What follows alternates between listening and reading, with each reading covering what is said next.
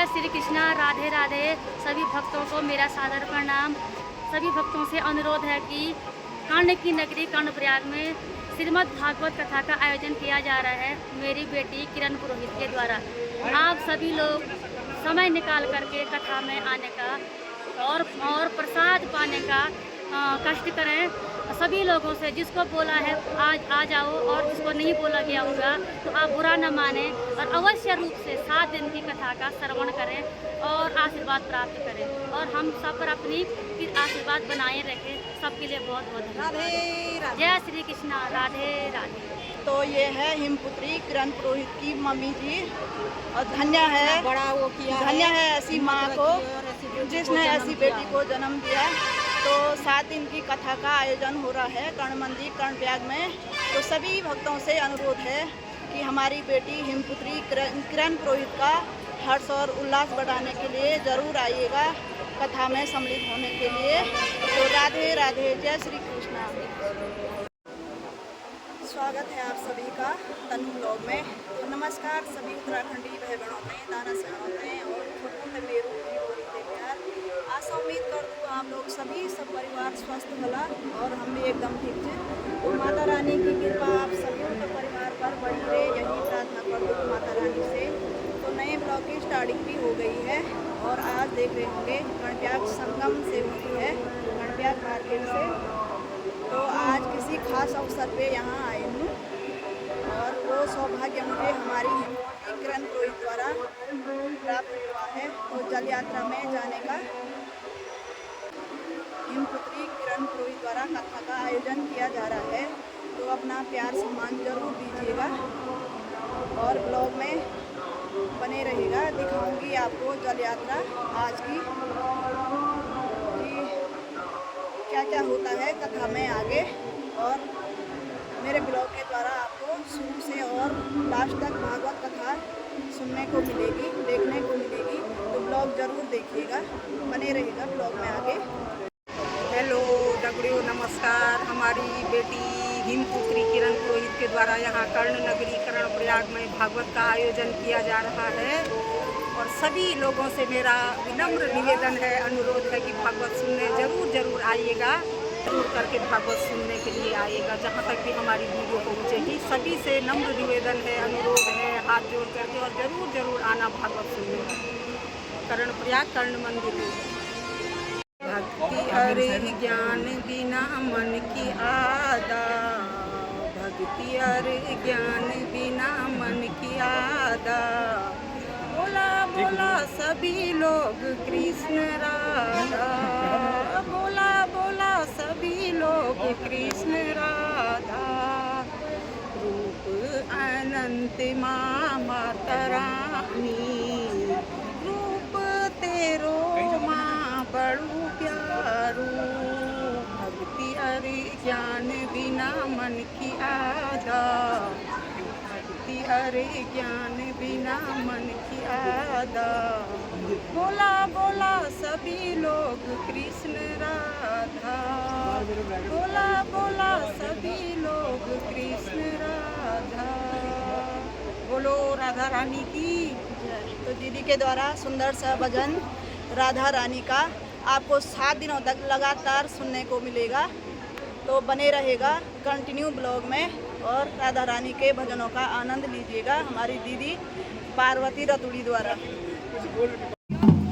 सुंदर सा नज़ारा कर्ण नगरी कर्णप्रयाग संगम का, तो ये देखिए। तो ये हमारी परंपरा, रीति रिवाज, ढोल दमाऊं।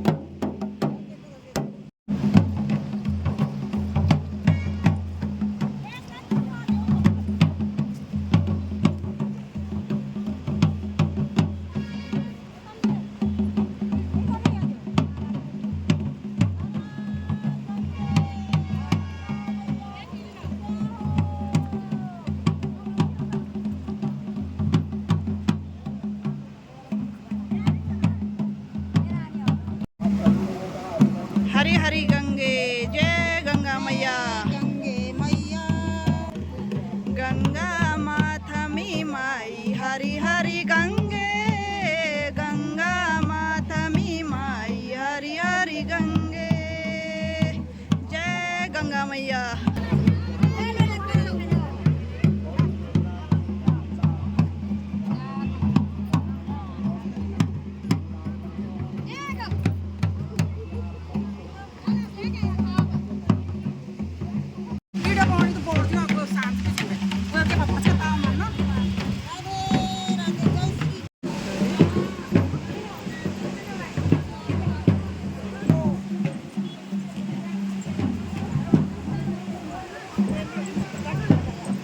हो यार,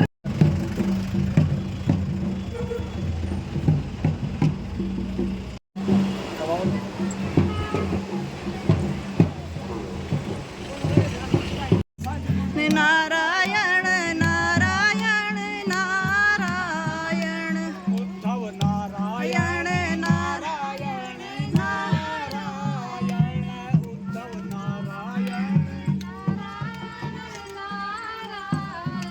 लक्ष्मी नारायण नारायण नारायण लक्ष्मी नारायण नारायण नारायण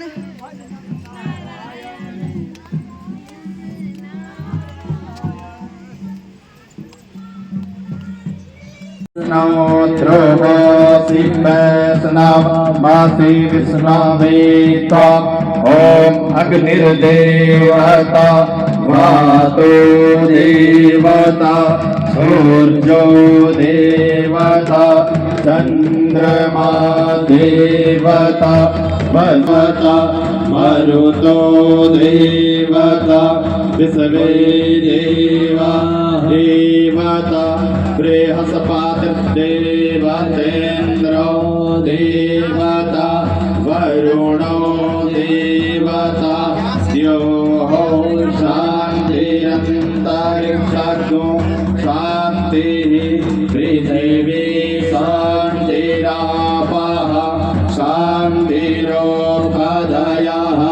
शान्तिः वनस्पतयः शान्तिर्विश्वे देवाः शान्ति ब्रह्म शान्तिः सर्वगो शान्तिः शान्तिरेव शान्तिः सामा शान्तिः।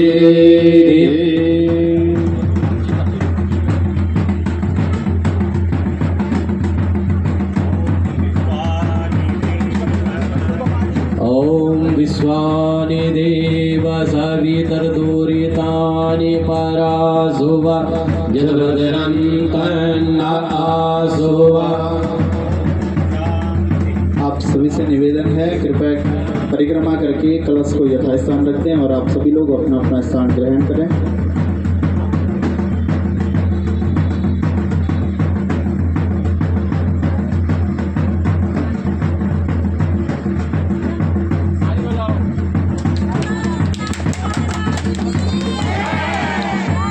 बोले व्यासदेव भगवान की जय। पूज्य सद्गुरुदेव भगवान की जय। श्रीमद् भागवत की जय। सत्य सनातन धर्म की जय।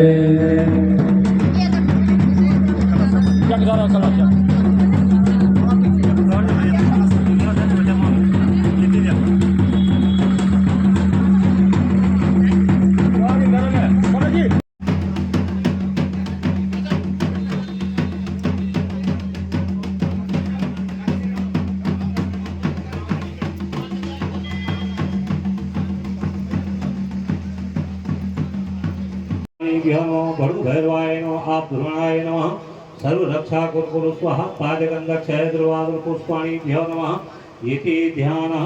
ओम करलितकपाला कुण्डलितदण्डपाणि स्तुतिविनीलो व्यानिभ्यो भूतिः मंगलार्जुजः मंगलं पुण्डरीकाक्ष मंगलाय तनोहरि सर्वमांगल्य मांगल्ये शिवे सर्वार्थ साधके शरणे त्र्यंबके गौरी नारायणी नमस्ते। वरुणदेवाय नमः। हरि ओम सर्वेभ्यो देवीभ्यो नमः। भगवान सत्यनारायण नमः।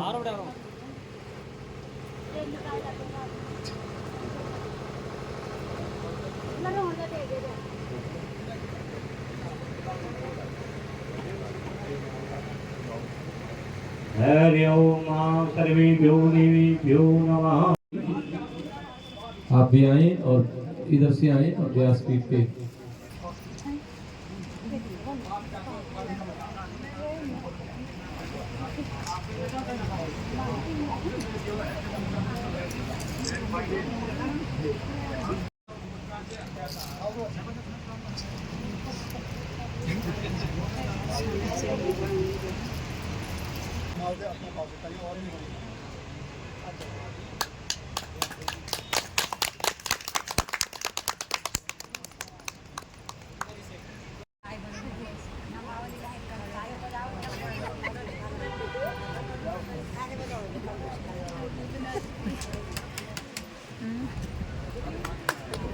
ओम भद्रान्तसह श्रीमद्गुरु चरण कमलेभ्यो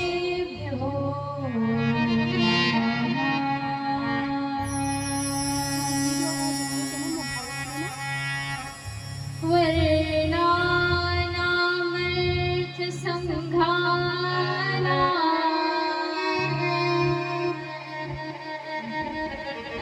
रसानां छन्दसामपि लगाए मोर मुकुट सर गल वनमाला केसर तिलक लगाए भव के सर तिलक लगाए वृंदावन की कुंज गली में वृंदावन की कुंज गली में सबको नाच नचाए को नाच नचावे राधे गोविंदा भजले हरि का प्यारा नाम है राधे गोविंदा मन भजले हरि का प्यारा नाम है।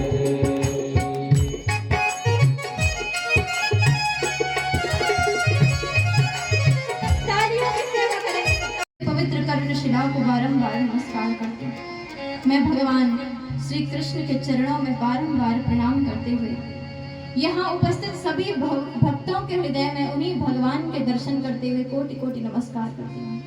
मैं भगवान पुराण पुरुषोत्तम को नमस्कार करती हूँ। मैं सती माताओं को प्रणाम करती हूँ और प्यारे प्यारे बाल वृंदों को जिनका मन भगवान के ही समान है, उन पवित्र शुद्ध बालकों को मैं नमस्कार करती हूँ। भक्तों, अत्यंत सौभाग्य का विषय है, अत्यंत सौभाग्य का विषय है कि आज हम और आप इस पवित्र कर्णशिला पर इस निर्जला एकादशी के दिन और यहाँ पर श्रीमद् भागवत महापुराण का श्रवण करने हेतु एकत्रित हुए हैं। आज इस स्थान पर कथा का होना ये कोई साधारण बात नहीं है, ये बहुत बड़ा संयोग, बहुत बड़ा संयोग है। क्योंकि मेरी जानकारी में पहली बार इस कर्णशिला पर श्रीमद् भागवत जी की कथा हो रही है और आज मेरी पहली कथा भी है। अपने जीवन की पहली कथा उस स्थान से करने जा रही हूँ जिस स्थान से इस शरीर की कथा का प्रारंभ हुआ है। ये स्थान परम दिव्य है, परम दिव्य है। इस स्थान की महिमा मुझसे पूर्व आदरणीय गुरुजी बता चुके हैं, लेकिन फिर भी थोड़ा बहुत मैं भी बताऊं। और आप सब बहुत थके हुए हैं आज, मुझे पता है, इसीलिए अधिक समय नहीं लेते हुए मैं आप सबको सार रूप से, संक्षेप रूप से सारी बात बताऊं। आज आपको भागवत की महिमा भी सुननी है और ये जो स्थान है इस पवित्र शिला की महिमा भी सुननी है।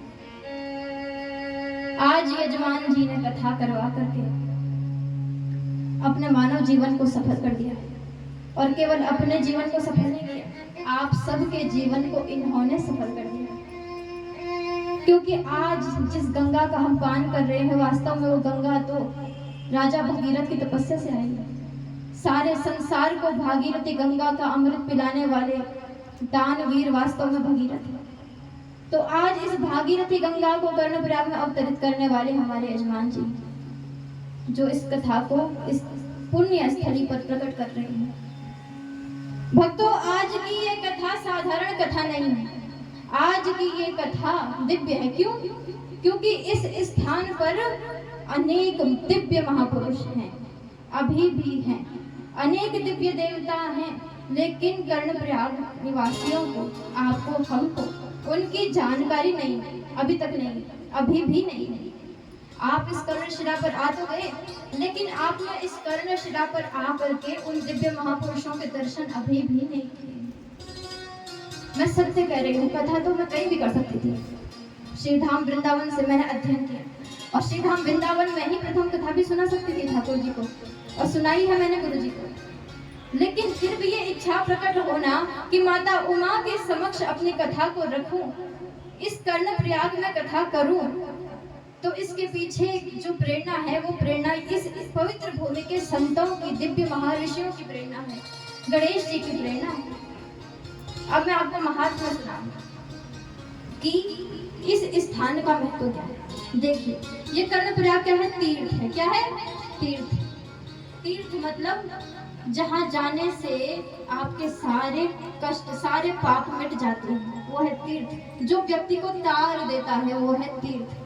और तीर्थ में दान की महिमा होती है, तीर्थ में दान की महिमा होती है, स्नान की महिमा होती है, और तीसरी होती है श्रवण की महिमा, अर्थात कथा सुनने की महिमा। आज तक कर्णप्रयाग में सब रहे हैं, खूब रहे हैं कर्णप्रयाग में, लेकिन क्या कर्णप्रयाग में हमने भगवान की इस पवित्र धरती के बारे में कुछ जाना है? जानना भी नहीं चाहते, साधारण समझते हैं हम कर्णप्रयाग। मैं आपको सुनाती हूँ कर्णप्रयाग वास्तव में क्या है। स्कंद पुराण, सबसे बड़ा पुराण कौन सा है भक्त? स्कंद पुराण। श्लोकों की संख्या के आधार पर, वैसे तो पुराणों में जो श्लोक हैं वो श्लोक अनादि है, उनका कोई अंत नहीं है, आदि है, अनादि है, उनका कोई अंत नहीं है। लेकिन फिर भी हमारी मति के अनुसार व्यास जी महाराज ने कृपा करके समझाने के लिए उनको खंडों में बांटा हुआ है, उनको थोड़ा संकलित किया है, व्यवस्थित किया है। वैसे ही श्लोकों की संख्या के आधार पर 18 पुराणों में सबसे बड़ा है स्कंद पुराण, 81,000 के लगभग श्लोक है। और उस स्कंद पुराण में कितनी बड़ी बात है, इस कर्णप्रयाग के बारे में एक लगभग पूरा अध्याय भी आता है, पूरा अध्याय इस कर्णशिला के बारे में स्कंद पुराण में लिखा हुआ है। केदार खंड में श्लोक संख्या 47 से 64 तक लिखा हुआ है। क्या लिखा हुआ है? तत्रा संस्त्रीणि लक्षाणि मुक्तानि ब्रह्म रक्षसां क्षेत्रं तत्शृणु कैलाशे निकटे नंद पर्वता गंगा पिंडारका संगे शिव क्षेत्रे सुरालये कर्णो नाम महाराजो महादीक्षां समाश्रितः तत्रा संस्त्रीणि लक्षाणि मुक्तानि ब्रह्म रक्षसां। ये स्थान कैसा है? स्कंद पुराण कहता है कि ये स्थान ऐसा है कि यहाँ 3 लाख ब्रह्म राक्षसों की एक साथ मुक्ति होती है। जो ब्राह्मण होकर के भी और पाप कर्म करता है, ब्राह्मण होकर के भी लोभ करता है, ब्राह्मण होकर के भी दुराचार करता है और अपने ब्राह्मणत्व को दूषित कर देता है, उस व्यक्ति को मृत्यु के बाद योनि मिलती है ब्रह्म राक्षस की, और उस ब्रह्म राक्षस की मुक्ति किसी प्रकार से नहीं हो सकती, किसी प्रकार से। लेकिन यह क्षेत्र ऐसा है कि 3.5 लाख ब्रह्म राक्षस यहाँ आए और यहाँ आकर के मुक्त। अरे केवल इतना ही नहीं, मुनि कहते हैं कि क्षेत्रम तत्शृणु कैलाशे निकटे नंद पर्वतात्, कि ये क्षेत्र कैसा है? कैलाश पर्वत के निकट है, कैलाश क्षेत्र है ये पूरा कैलाश क्षेत्र है। और ये जो पर्वत आप देख रहे हैं सामने, ये पर्वत है पर्वतराज नंद। इन पर्वत का नाम क्या है? नंद। जिस पर्वत पर भगवती उमा देवी तपस्या कर रही है, जिस पर्वत पर हमारी जन्मभूमि मेरा गांव बरसाली है, उस पर्वत का नाम है नंद पर्वत। और ये नंद पर्वत साधारण नहीं है महात्मा, ये नंद पर्वत कहते हैं कि इस नंद पर्वत पर 360 से ज्यादा स्वयंभू शिवलिंग है, स्वयंभू शिवलिंग। इस स्थान की कहानी शुरू होती है तब जब माता पार्वती ने ये संकल्प लिया कि मैं भगवान शिव को अपने पति के रूप में प्राप्त करूंगी, प्राण छोड़ दूंगी लेकिन शिव को नहीं छोड़ूंगी। और तब वो देवी विभिन्न स्थानों पर भ्रमण करती हुई, विभिन्न स्थानों पर तपस्या करती हुई अंत में इस स्थान पर पहुंची। यहाँ पर वो देवी पहुंची, माता मैनावती और हिमाचल की पुत्री पार्वती। इस सुंदर स्थान को देख करके देवी का मन मुग्ध हो गया। देवी ने कहा कि मैं किसी स्थान पर बैठकर तपस्या करूंगी। और देवी अलकनंदा और पिंडर गंगा के संगम पर अपने उस भवन में विराजमान हो गए। एक पैर पर खड़े होकर के शिव शिव शिव शिव इस नाम में डूब गई देवी। भगवती को कुछ ध्यान नहीं रहा, केवल और केवल शिव नाम में डूब गई। तब महादेव जी को आभास हुआ कि कोई मेरा भक्त मुझे पुकार रहा है, बड़ी भयंकर तपस्या कर रहा है। ध्यान लगाकर देखा, समझा, अच्छा ये तो हमारी ही आदि शक्ति है, ये तो पार्वती मुझे पाने के लिए तपस्या कर रही है। तब भगवान शिव से रहा नहीं गया, क्योंकि अपने भक्त की रक्षा के लिए भगवान तो आते हैं। अब माता उमा देवी यहाँ पर बन गई है भक्त, और उनकी रक्षा के लिए शिव को आना पड़ा। तो कहाँ आए शिव? भक्तों, यहाँ पर इस नंद पर्वत के तट पर उमा देवी तपस्या कर रही है। और इस पर्वत के सर्वोच्च शिखर पर दिव्य स्वयंभू शिवलिंग के रूप में द्योड़ी महादेव, द्यो महादेव विराजमान। बोलिए द्यो महादेव की जय। कैलाश के अतिरिक्त एकमात्र वही स्थान है भक्तों, जिस स्थान पर भगवान शिव बिना किसी छत के रहते हैं। मेरा सौभाग्य है कि मैं भगवान शिव और शक्ति के बीच में जो गांव है ना, वहाँ बरसाली ऊपर महादेव शिव तपस्या कर रहे हैं, भवानी का ध्यान कर रहे हैं, नीचे भवानी शिव का ध्यान कर रही हैं। और ऐसी तपस्या की भगवती ने, ऐसी तपस्या की कि गौरी का रंग काला पड़ गया, धूप में रहकर काला पड़ गया। माता मैनावती ने सोचा मेरी बेटी कैसी होगी मेरी बेटी, कैसी होगी मेरी लाडी, मैं देख कर आती हूँ। रहा नहीं गया और राजा हिमाचल का हाथ पकड़ के सच्चिदानंद मतलब सत्य चित्त और आनंद, और सच्चिद आनंद का मतलब सत्य कहिए जो विनशय नाही, चित्त चैतन्य सकल जगमान। आनंद घट घट करे आनंदा, ताको नाम सच्चिदानंदा। सत्य क्या है? जिसका कभी विनाश नहीं, जो सदैव एक जैसा रहे। और इस संसार को संसार क्यों कहते हैं? संसरति इति संसार, जो सदैव मृत्यु की तरफ, नाश की तरफ सरक रहा है, वो है संसार। इस संसार में ऐसा कुछ नहीं है जो सदैव रहेगा, कुछ भी नहीं। संसार ऐसा नहीं रहेगा। आज आपकी हमारी सभ्यता है, ये समाप्त हो जाएगी, कल कोई दूसरी सभ्यता आएगी। हमसे पहले कोई और लोग थे, आज उनकी पीढ़ी का कोई नहीं बचा। ऐसे ही एक समय आएगा जब ये सभ्यता चली जाएगी। लेकिन कृष्ण सदैव वैसे ही वैसे, कृष्ण कभी नहीं बदलेगा। जो कृष्ण द्वापर युग में पूजे गए, जैसे प्रेम उनसे किया, वैसे ही प्रेम उनसे आज भी सब करते हैं। कृष्ण भगवान को आपने देखा होगा, सदैव बालक के समान सुंदर सा रूप, और भगवान कभी भी बूढ़े नहीं होते, क्योंकि भगवान पर समय का कोई प्रभाव पड़ता ही नहीं, क्योंकि समय बाद में आए, पहले ही आ गए थे। इन्होंने ही तो समय को प्रारंभ किया है, इसलिए समय से परे नहीं, हमारे ब्रह्मांड के नहीं है। हमारे ब्रह्मांड के निर्माण से पहले ही भगवान विराजमान है, सच्चिदानंद रूप है। लेकिन महाराज ऐसा क्या था जो तब था, अब नहीं रहा, वो चले गए। क्या था वो?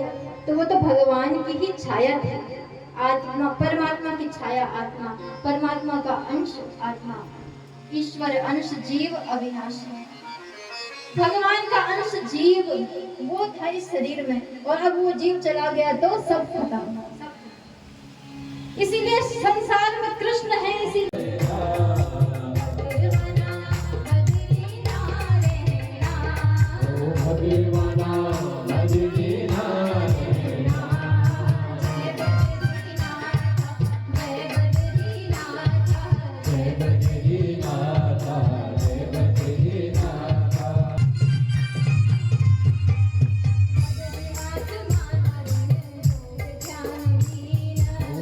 Hare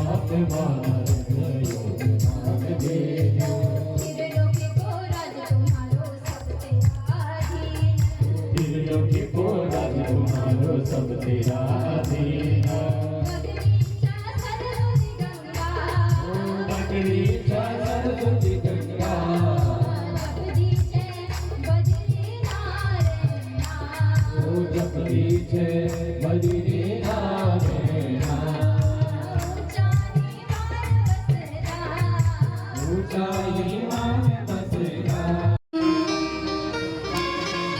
महाराज, अब इस धरती पर सत्य नाम की कोई चीज नहीं रही। सत्य नहीं रहा धरती पर, न सत्य रहा, न भक्ति रही, न दान रहा, न पुण्य रहा। न इस धरती पर अब कोई ऐसा बचा जो कि इस घोर कलिकाल में रह करके शुद्ध हृदय से भगवान का नाम लो। इस कलयुग में सब लोग शादियों पर तो बहुत खर्चा करेंगे, मांस खाने पर, शराब पर, जुए पर, नशे पर बहुत खर्चा करेंगे। लेकिन अगर किसी संत को देना हो, किसी ब्राह्मण को देना हो, किसी भक्त को देना हो, किसी बेटी की पढ़ाई में देना हो, किसी बेटे के कल्याण के लिए देना हो, बूढ़े माता पिता की सेवा के लिए देना हो, अपने बच्चों के अलावा किसी दूसरे बच्चे को देना हो, तो सब लोग गरीब हो जाते हैं महाराज, कोई नहीं देता। इस संसार में हर कोई अपना पेट भरने में लगा हुआ है। माता पिता बालक नहीं बुलावहि, उदर भरे यही धर्म सिखावहि। माँ बाप अपने बच्चों को पास बुलाते हैं, आ बच्चा बैठ, और क्या पढ़ाते हैं? वो पढ़ाते हैं जिसको पढ़ करके उसकी नौकरी बन जाएगी। और नौकरी क्यों? ताकि तू तेरी बारी सुख से रहे, और कुछ नहीं। और बच्चा भी खूब पढ़ता है, बहुत खुश होता है कि हाँ चलो पढ़ता है बच्चा, नौकरी पे लगाए माँ बाप। अब वास्तव में हुआ वही, बच्चा और बच्चे की बारी खुश है, लेकिन सास ससुर का पता नहीं। बहू पहले आ रही है घर में तरुणी प्रभुता की, बहू बाद में आ रही है घर में, और पहले ही प्रार्थना हो जाती है कि हे विधाता, अगर मैंने कुछ पुण्य किया है तो मुझे यही फल देना कि मेरी सास ज्यादा दिन न बचे, ज्यादा दिन तक मेरी सास धरती पर ना रहे। और ससुर जी अगर पेंशन वाले हैं तो अच्छा है, नहीं तो टेंशन है। तो घर घर की कहानी बड़ी विचित्र हो गई। अपने बच्चे को हर कोई संस्कार तो दे रहा है, अपने बच्चे को हर कोई संस्कार तो दे रहा है, लेकिन कैसे? ऐसे संस्कार की बस तू खुश रहना चाहिए, तेरी पत्नी खुश रहना चाहिए, तेरे बच्चे खुश रहना चाहिए। पर ये भूल जाते हैं सिखाना कि भाई ये भी ध्यान रखना कि कल के दिन तेरा भाई भी होगा, अपने भाई को बाद में भूलना मत, अपनी बहन को बाद में भूलना मत। और भाई बहन से बढ़ करके जिस जन्मभूमि पर तेरा जन्म हुआ है, तेरे आसपास पशु पक्षी भी भूखे होंगे ना, तो उनके पेट भरने के लिए जीना।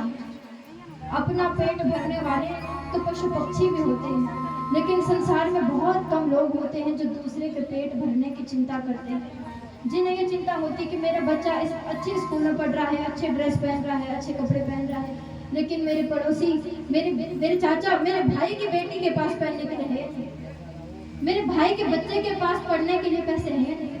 अपने बच्चों को तो हर कोई बहुत कुछ देता है, लेकिन दूसरे की चिंता कौन करता है? कोई नहीं करता। नारद जी कहते हैं ये सब देख करके मुझे अच्छा नहीं लगता, क्योंकि हम लोगों ने, ऋषियों ने इस संसार को ये शिक्षा तो नहीं दी। भगवान ने कलयुग के इन लोगों के लिए अवतार तो नहीं लिया था।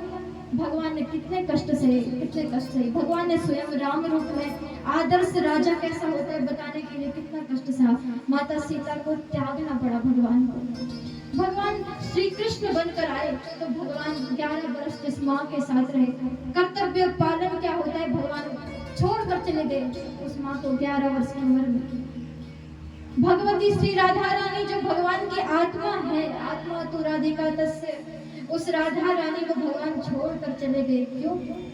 क्योंकि मुझे कर्तव्य पे जाना है। अगर मैं मथुरा चले गया और मैं वहां से वापस लौट नहीं पाऊंगा, इतने कर्तव्य हैं मेरे। लेकिन घर पर मेरी माता यशोदा, मेरे बाबा नंद किसके सहारे पे रहेंगे? मेरे ब्रजवासी किसके सहारे पे रहेंगे? अरे मुझे देखे बिना तो मेरे वृंदावन की गायें भी मर जाएंगी। इसीलिए हे राधे, तुझे वृंदावन में रहना पड़ेगा, तुझे मेरी प्रतीक्षा करनी पड़ेगी। और राधा रानी ने भी कहा कि प्रभु, मैं कर्तव्य परायणता की शिक्षा देने के लिए आपके साथ होकर भी आपसे दूर रहूंगी। वृंदावन में रहूंगी, 100 वर्ष का वियोग सहूंगी, पर सदैव आपके ध्यान में डूबी रहूंगी। और आपकी सेवा, आपके भक्तों की सेवा मेरा परम धर्म होगा। ये राधा रानी, इसीलिए भगवान की जयकार नहीं है, भागवत में राधा रानी की जयकार है। ये प्रेम है, ये भक्ति। नारद जी कह रहे हैं भगवान ने इतनी शिक्षाएं दी तो वो इसीलिए दी थी कि कलयुग के लोग उनको समझेंगे, लेकिन कलयुग के लोगों को तो सुनने का समय नहीं है। अगर कहीं घोषणा हो जाए कि आज विशाल भंडारा होगा इतने सारे पकवान मिलेंगे महाराज, 56 भोग बटेंगे, दक्षिणा भी मिलेगी, तब तो महाराज प्रांगण भर जाएगा, तब तो बड़ी टेंशन हो जाएगी कि भीड़ को कंट्रोल कैसे करें। लेकिन अगर ये कहा जाएगा कि हरि कथा सुनाई जाएगी, भक्ति का प्रसाद मिलेगा, तो महाराज बहुत कम लोग आएंगे, सिर्फ वही आएंगे जिनको गोविंद ने बांसुरी बजा करके बुलाया। आज आप सबकी आत्माएं गोपी बनकर आई हैं, कृष्ण ने आज आप सबके लिए बांसुरी बजाई। और मैं कौन हूँ? तो मैं आज उसी बांसुरी की भूमिका में हूँ, जिसके पास अपनी कोई आवाज नहीं होती, जिसके पास अपना कोई सुर नहीं होता, अपनी कोई ताल नहीं होती, लेकिन जिसे कृष्ण अपने होठों से लगा करके स्पर्श कर देते हैं, फूंक देते हैं, तो वो बांसुरी ऐसी बजती है, ब्रह्मा वेद के मंत्र भूल जाते हैं, शिव कैलाश पर रहते हैं, समाधि छूट जाती है, गोपियों के सारे काम धंधे छूट जाते हैं, और श्री राधा रानी उस वंशी का नाद सुनकर के बरसाने में अचेत पड़ जाती, बेहोश हो जाती। ऐसी वंशी ऐसी कृपा उन्होंने मुझ पर की है। और आप सब आज सुनने के लिए आए कथा। नारद जी कह रहे हैं, मैंने जब देखा कि धरती पर इतने पाप हो रहे हैं तो मुझसे रहा नहीं गया, और मैंने सोचा कि इन तीर्थों पर रहकर कोई लाभ नहीं है। अब मैं ऐसी जगह जाऊंगा जो भगवान का नित्य धाम है, जिस जगह पर भगवान नित्य सखियों के साथ विहार करते हैं, जिस जगह पर नित्य श्री राधा रानी का राज चलता है, जिस जगह पर भगवान शिव भी गोपी रूप में, गोपीश्वर महादेव के रूप में विराजमान है। हनुमान जी चारु शीला सखी नाम से विद्यमान है। जिस जगह पर नारद जी गोपी बनकर आए, सुखदेव जी शुभ मंजरी बनकर आए हैं, जिस जगह पर सदैव माता यशोदा कान्हा बुलाती रहती है ठाकुर जी को, ठाकुर जी घर घर जाकर मटकियां फोड़ते हैं, जिस जगह पर भगवान गोपियों का मन चुरा लेते हैं, जिस जगह पर भगवान यमुना जी के किनारे अपनी गैयों को चराते हैं, वन वन भ्रमण करते हैं, और भगवान की उस दिव्य नगरी वृंदावन में नारद जी महाराज आए। बोलिए वृंदावन धाम।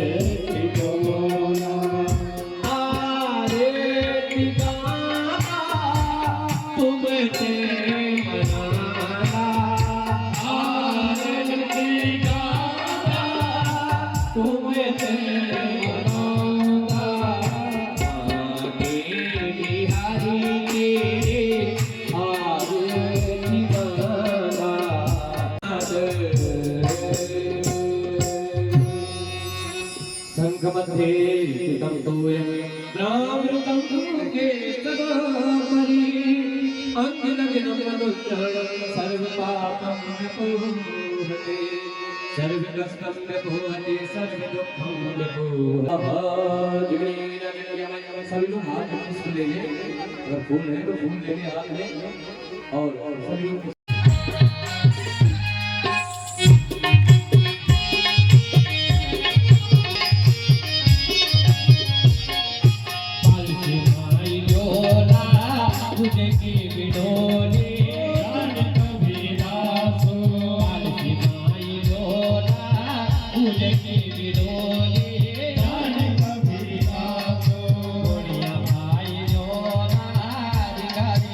Oh